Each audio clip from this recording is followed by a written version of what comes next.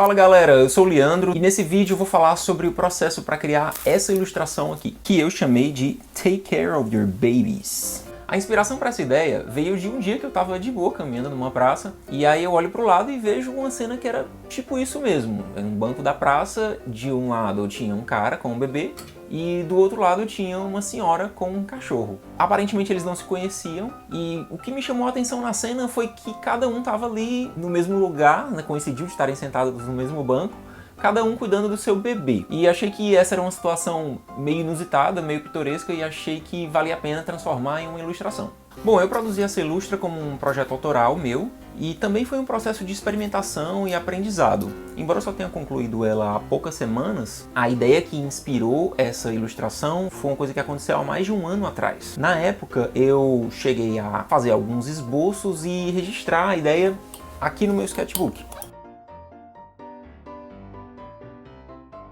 Quem me conhece sabe que o estilo de desenho que eu gosto de fazer tem essa veia cartoon meio cômica, então já estava claro desde esse primeiro thumbnail que era esse caminho que eu queria seguir. Ainda naquela época eu tirei um dia para começar a desenvolver esse esboço digitalmente. Na cena, além dos personagens humanos, eu também ia precisar de um banco de praça, de um cachorrinho fofinho, que na minha cabeça devia ser um poodle ou alguma coisa assim. Bom, como eu queria desenhar esses personagens em um estilo mais cartoon, eu não me preocupei tanto com referências realistas para pessoas, mas tinha um problema.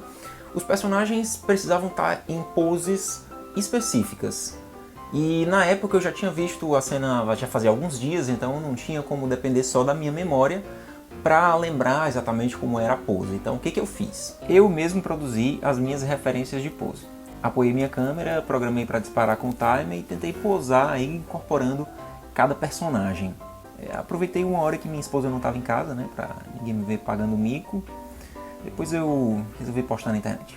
Enfim, com essas referências em mãos, comecei então a desenvolver aquele primeiro esboço que eu tinha começado no caderno. Comecei com um gestual muito solto, depois fui desenvolvendo e chegou até aí. Daí eu comecei a fazer outras coisas, surgiram outras prioridades, outros projetos e esse desenho ficou engavetado por um tempo. Até que, um dia esse ano, conversando com algumas pessoas, do nada descubro que uma amiga de uma amiga também é ilustradora. A gente começou a conversar, tem Instagram e tal, descobri que ela já me seguia no Instagram. E aí ela abre esse esboço que eu tinha feito dessa mulher com o cachorro e diz: cara, esse aqui tá muito massa. E eu meio, né, pois é, nem consegui terminar ainda e tal, acho que vou tirar um dia pra terminar. E ela devia mesmo, cara, termina e tal, e enfim, aquilo foi um choque de realidade e eu fiquei pensando, né, com vergonha de, poxa, por que eu abandonei? Bem que eu deveria terminar mesmo, né? Olha aí galera, fica a dica, hein? Terminem os projetos que vocês começam, não abandonem os desenhos de vocês. É muito comum, a galera começa, tá empolgada, aquele começo ali você vai no gás, mas depois que o projeto começa a ficar trabalhoso mesmo, a maioria das pessoas abandona. Faça isso não, crie vergonha na cara, vá até o final. Enfim, voltando, resolvi terminar a ilustra, peguei o primeiro esboço e pensei como melhorar isso aqui. E esse primeiro esboço já não tinha mais muito a ver com o modo como eu desenho agora, então o jeito foi praticamente começar o esboço do zero.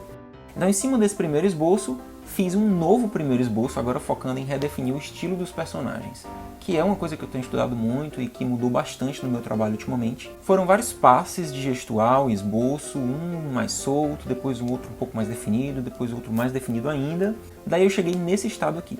Depois disso comecei a blocar os valores principais da cena, um plano de fundo claro, o banco da praça em tons médios e os personagens com tons mais escuros. A partir disso desenvolvi as áreas menores de valor com base naquele range de claro, médio e escuro que eu tinha planejado inicialmente. E aqui começa uma parte interessante, começar a definir as cores. Algumas pessoas que me conhecem sabem que eu sou daltônico. O daltonismo, também chamado de descromatopsia, é uma condição hereditária caracterizada pela incapacidade de um indivíduo diferenciar cores. Algumas pessoas têm dificuldade com algumas cores específicas e em outros casos mais extremos a pessoa não vê cores de jeito nenhum.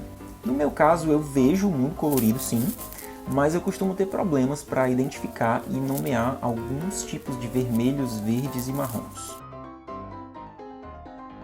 Leandro, então como é que você faz pra ver as cores, pra trabalhar com as cores? Como é que você pode ser ilustrador? Como é que você faz na hora de pintar? Bom, eu tenho várias estratégias para trabalhar com as cores, mesmo sendo daltônico. Eu vou dizer para vocês como é que eu fiz no caso desse trabalho especificamente. Você começa a pintura pelos valores, tudo em tons de cinza mesmo, depois adiciona os matizes em cima. E essa é uma técnica bem tradicional, na verdade, chamada de método Grisaille. Inclusive, muitos artistas que não são daltônicos utilizam esse método. Daí existe uma coisa que eu estudei chamada teoria das cores, e existe outra coisa chamada Photoshop. Pela teoria das cores, eu tenho uma noção já de quais cores se harmonizam entre si, então eu vou decidindo na minha cabeça, mais ou menos, quais cores podem ser legais de usar. Daí, lá no Photoshop, com o desenho já todo pintado em tons de cinza, eu uso uma ferramenta chamada camadas de ajuste, que é basicamente criar uma camada de alteração de matiz e saturação em cima da camada em tons de cinza. Mas aí você faz uma máscara para ela alterar só a área que você definir que vai ser colorida. Dessa forma eu consigo manter os valores iniciais, que são a base da pintura, mas também fica fácil e flexível se eu quiser alterar as cores de cada parte depois. Bom, após um tempo experimentando com as camadas de ajuste, cheguei nessas cores de base e fiquei satisfeito com elas. Então adicionei uma outra camada em modo Multiply em cima de tudo e com 30% de opacidade e uma cor azul acinzentada, fui pintando as sombras.